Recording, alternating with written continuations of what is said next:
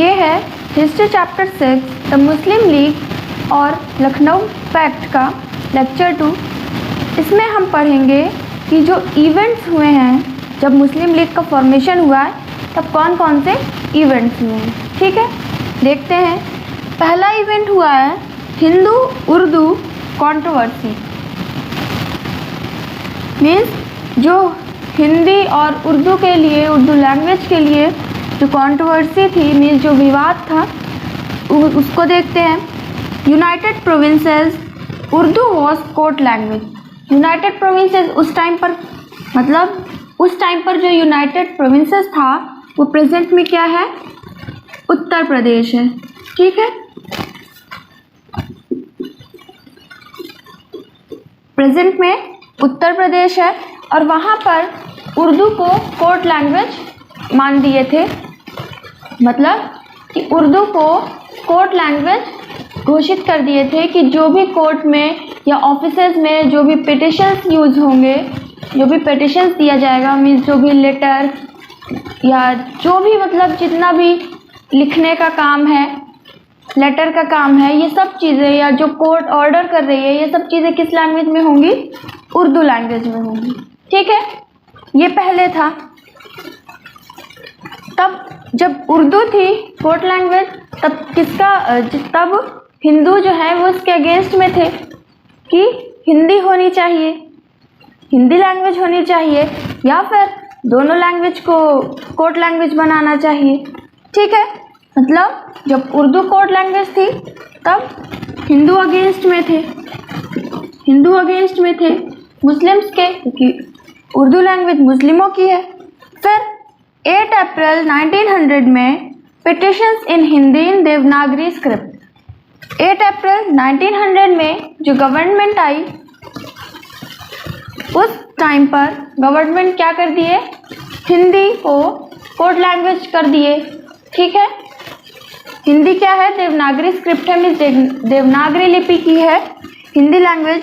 तो उसमें उर्दू के साथ साथ हिंदू लैंग्वेज को भी ऐड कर दिए कि जो भी पिटिशंस होंगे, जो ऑर्डर होंगे कोर्ट्स के, वो भी किस में होंगे, वो हिंदी में भी होंगे। ठीक है, 8 अप्रैल 1900 में जो गवर्नमेंट आई वो हिंदी लैंग्वेज को कोर्ट लैंग्वेज बना दी। फिर क्या हुआ, दोनों लैंग्वेज यूज़ होने लगी, हिंदी लैंग्वेज भी और उर्दू लैंग्वेज भी। ठीक है, समझ में आया। जब हिंदी भी आ गई कोर्ट लैंग्वेज में, तब मुस्लिम इनके अगेंस्ट में आ गए कि हिंदी को कोर्ट लैंग्वेज नहीं बनाना है, कोर्ट लैंग्वेज सिर्फ कौन सी होगी, सिर्फ उर्दू होगी। ठीक है, तब हिंदू इनके अगेंस्ट में थे। अब कौन अगेंस्ट में हो गए, अब मुस्लिम्स अगेंस्ट में हो गए। अब मुस्लिम हिंदू के अगेंस्ट में हो गए और हिंदू मुस्लिम के अगेंस्ट में हो गए। समझ में आया। ये इवेंट्स था जो मुस्लिम लीग के फॉर्मेशन का, कि ये कुछ रीज़न है जिसकी वजह से मुस्लिम लीग बना। ठीक, नेक्स्ट है मोहम्मदन एंग्लो ओरिएंटल एसोसिएशन। ये क्या है, ये एक एसोसिएशन है, डिफेंस एसोसिएशन है। ठीक है, मतलब एक ग्रुप है किसका, डिफेंस सिस्टम है ये। समझ में आया। एक एसोसिएशन बनाई गई, एक कम्युनिटी बनाई गई, किसकी, डिफेंस सिस्टम की। ठीक है, ये ब्रिटिश गवर्नमेंट ने बनाया था। ब्रिटिश गवर्नमेंट ने मोहम्मदन एंग्लो ओरिएंटल एसोसिएशन बनाया 1893 में, डिफेंस एसोसिएशन था।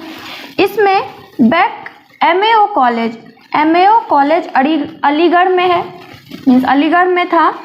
तब बेक जो हैं वो सेक्रेटरी थे वहाँ के, अलीगढ़ में एमएओ कॉलेज के सेक्रेटरी थे।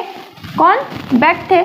अब ये मतलब मेन एम जो था इनका, ये था यहाँ पर इस कॉलेज को ओपन किए हैं, किस लिए, कि इस कॉलेज में जिससे वो हो सके, ब्रिटिश की लॉयल्टी दिखा सके कि ब्रिटिशर्स जो है वो बहुत अच्छे हैं, वो आप लोग का साथ देंगे और मुस्लिमों को बहुत सी चीज़ें प्रोवाइड कर रहे थे। कुछ मतलब एजुकेशन उनके लैंग्वेज में दे रहे थे, कॉलेज में मुस्लिमों का एडमिशन ले रहे थे, इसलिए कर रहे थे कि जिससे मुस्लिम जो हैं वो जो पॉलिटिकल मूवमेंट हो रहा है ब्रिटिशर्स के अगेंस्ट में वो ना हो। ठीक है, मतलब कि जो और लोग पॉलिटिकल मूवमेंट कर रहे हैं, मीन्स उनके अगेंस्ट में है, ब्रिटिशर्स के कई मूवमेंट चला रहे हैं, तो उसमें मुस्लिम्स उनका साथ ना दें, साथ किसका दें?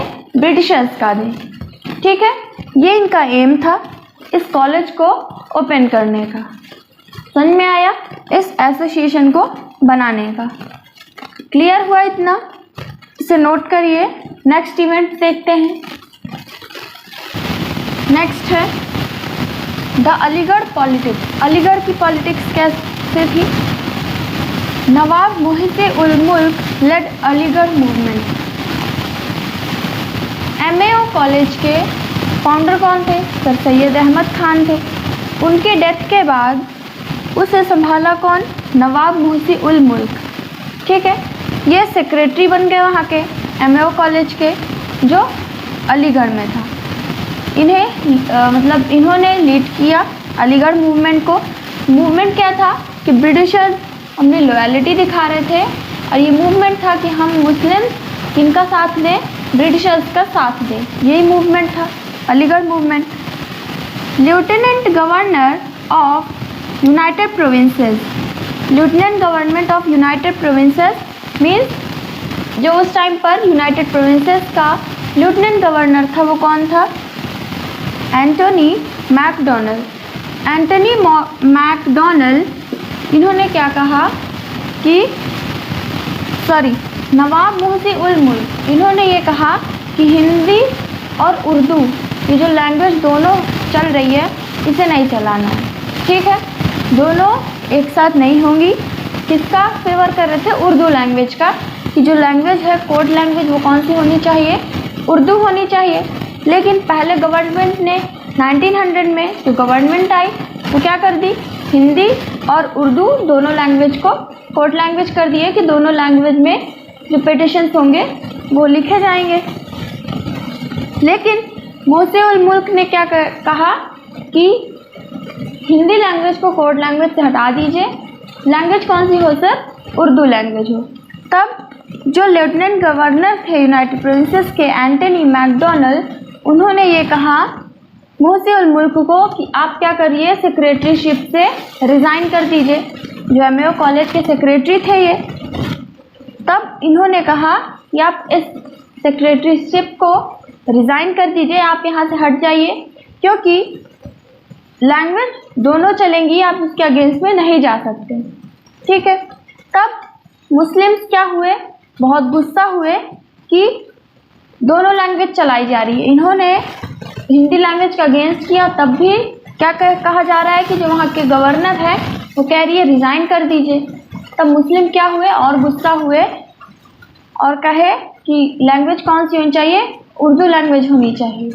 ठीक, इस वजह से उन्होंने क्या कहा कि अब हम एक अलग लीग बनाएंगे। ठीक है, एक अलग से लीग बनाएंगे जिसमें कौन रूल करेगा? सिर्फ मुस्लिम्स ही रूल करेंगे। ठीक है, फिर है fourth partition of Bengal. Partition of Bengal में new province of east Bengal Muslim majority. जो ब्रिटिशर्स थे वो क्या किए? बंगाल को दो पार्ट में डिवाइड कर दिए, ईस्ट बंगाल और वेस्ट बंगाल। ईस्ट बंगाल में मुस्लिम की मेजॉरिटी ज़्यादा रहेगी और वेस्ट बंगाल में हिंदुओं की मेजॉरिटी ज़्यादा कर रहे थे। तो मुस्लिम्स क्या किए?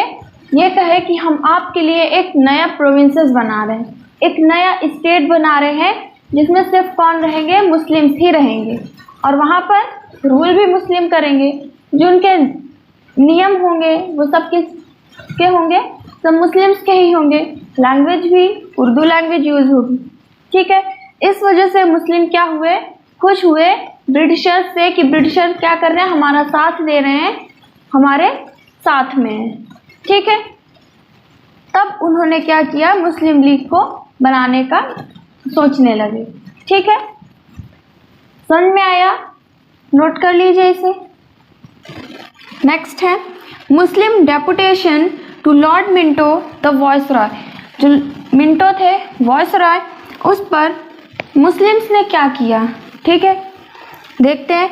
इंडियन काउंसिल एक्ट 1892 में जो इंडियन काउंसिल एक्ट आया था, इस एक्ट में क्या था, ये सिस्टम बताया गया था कि लेजिस्लेटिव असेंबली कैसी होंगी। ठीक है, तो इस पर सारे इंडियंस क्या थे, मतलब खुश नहीं थे और ये चाहते थे कि इसमें चेंजेस हों।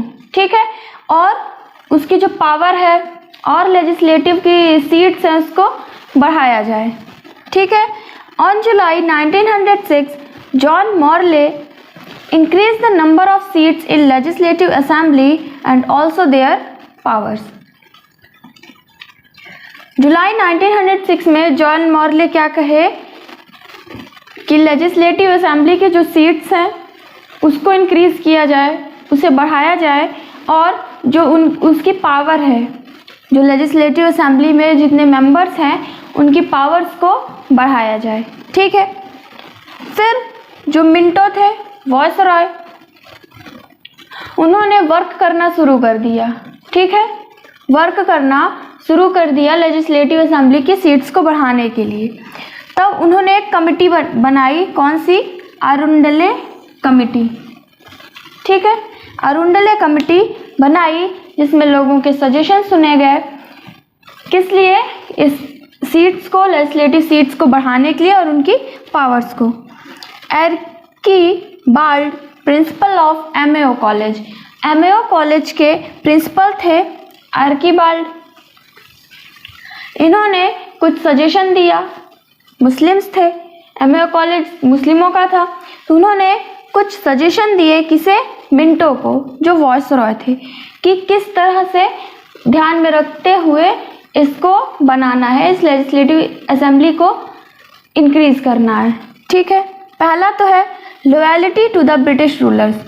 इन्होंने ये कहा कि जो जैसे भी पावर बढ़ाई जाए या सीट्स बढ़ाई जाए तो उसमें क्या करना है कि जो ब्रिटिश के साथ लॉयल्टी है वो बनी रहनी चाहिए।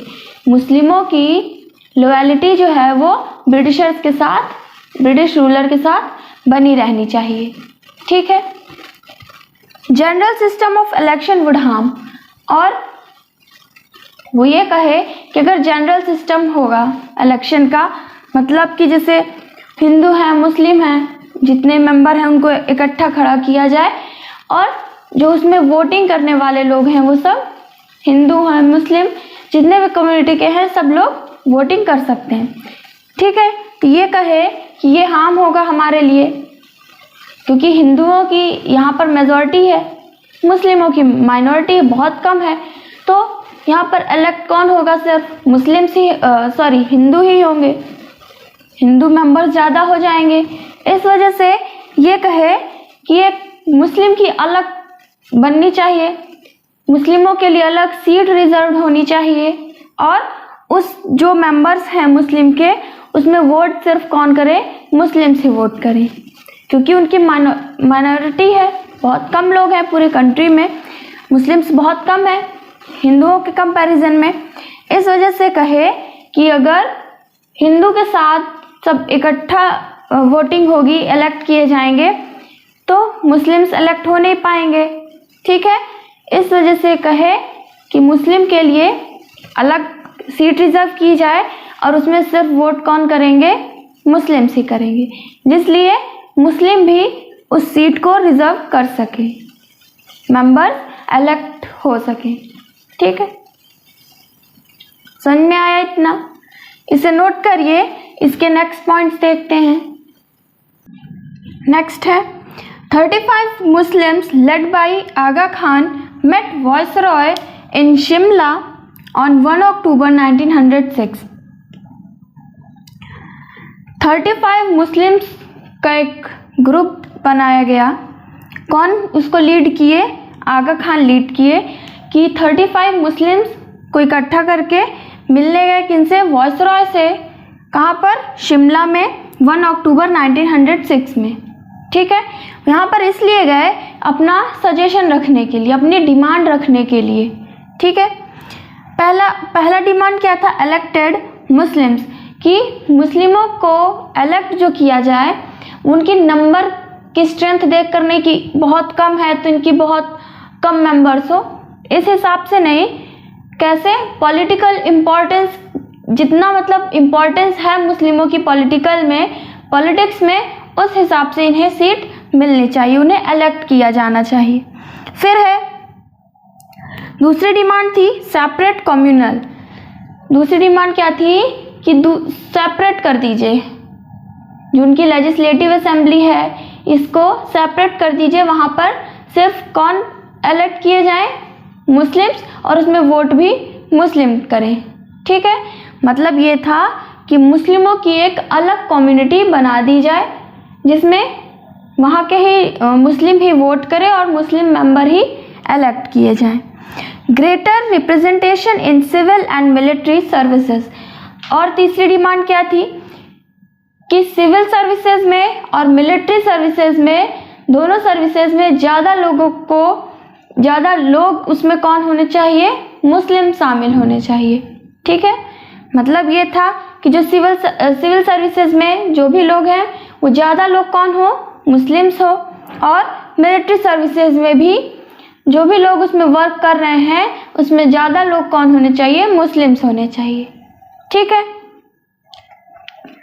फिर न्यू मुस्लिम यूनिवर्सिटीज़, और क्या कहे कि बहुत ढेर सारी मुस्लिम्स यूनिवर्सिटी ओपन किया जाए। ठीक, मतलब जैसे MAO कॉलेज था, ये मुस्लिम का कॉलेज था, ये कहे सेम वैसे ही पूरे कंट्री में ढेर सारी यूनिवर्सिटीज़ ओपन की जाए। कौन सी यूनिवर्सिटी, मुस्लिम की। ठीक, फिर है Morley Minto reforms of 1909। Morley Minto reforms हुआ 1909 में। इसका मतलब क्या है, मॉर्ले मिंटो रिफॉर्म्स था कि मुस्लिम कम्युनिटी के लिए सेपरेट कर दिया गया लेजिस्लेटिव काउंसिल, जो प्रोविंशियल काउंसिल है वो, और लेजिस्लेटिव असेंबली में जो सीट्स हैं, ठीक है, उनके लिए सेपरेट कर दिया गया कि इतनी सीट्स किन के लिए हो गई हैं, सिर्फ मुस्लिमों के लिए हो गई हैं। यही क्या था, मॉर्ले मिंटो रिफॉर्म्स था। समझ में आया इतना? नोट करिए इसे। ये लेक्चर कंप्लीट हुआ। नेक्स्ट लेक्चर में हम फॉर्मेशन ऑफ मुस्लिम लीग पढ़ेंगे, जिसमें कि मुस्लिम लीग कहाँ पर बनाया गया, मुस्लिम लीग के कॉन्फ्रेंस में कौन कौन लोग शामिल हुए, ये हम नेक्स्ट लेक्चर में पढ़ेंगे। Thank you for watching this lecture.